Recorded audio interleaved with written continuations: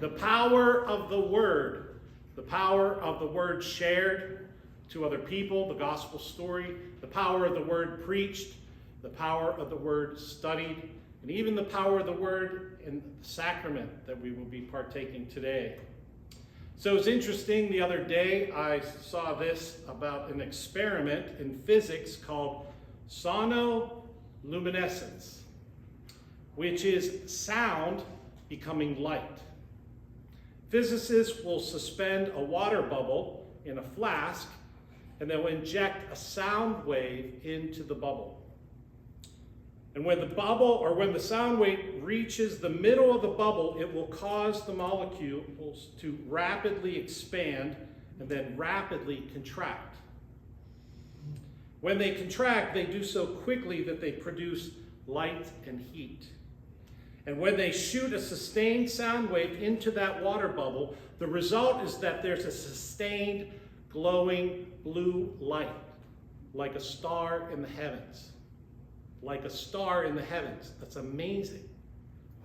This gives specific and scientific weight to the fact that God can use his literal voice to speak into a vacuum and produce life and light.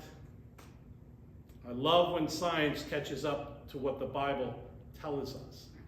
The power of the word, God speaking in creation, and that God continuing to speak life into the life that he created. And so his continuous or resonations of his voice will continue to sustain that life. So if his voice were to stop, so would the light, and so would the life. And so they also talk about quantum field physics, and everything in existence on a basic level is made of energy and vibrating. So all of this means is that God spoke it all into existence, and that God continues to speak, and that his voice continues to reverberate across the universe, on earth, in our lives, and that that's just the power of God's voice. And that we can do an experiment like that and see how a sound wave, a word just spoken, could create this light and this life. Because the word is the good news of the gospel of Jesus Christ. Because it says, in the beginning was the Word, and the Word was God, and the Word became a human being who changed the world.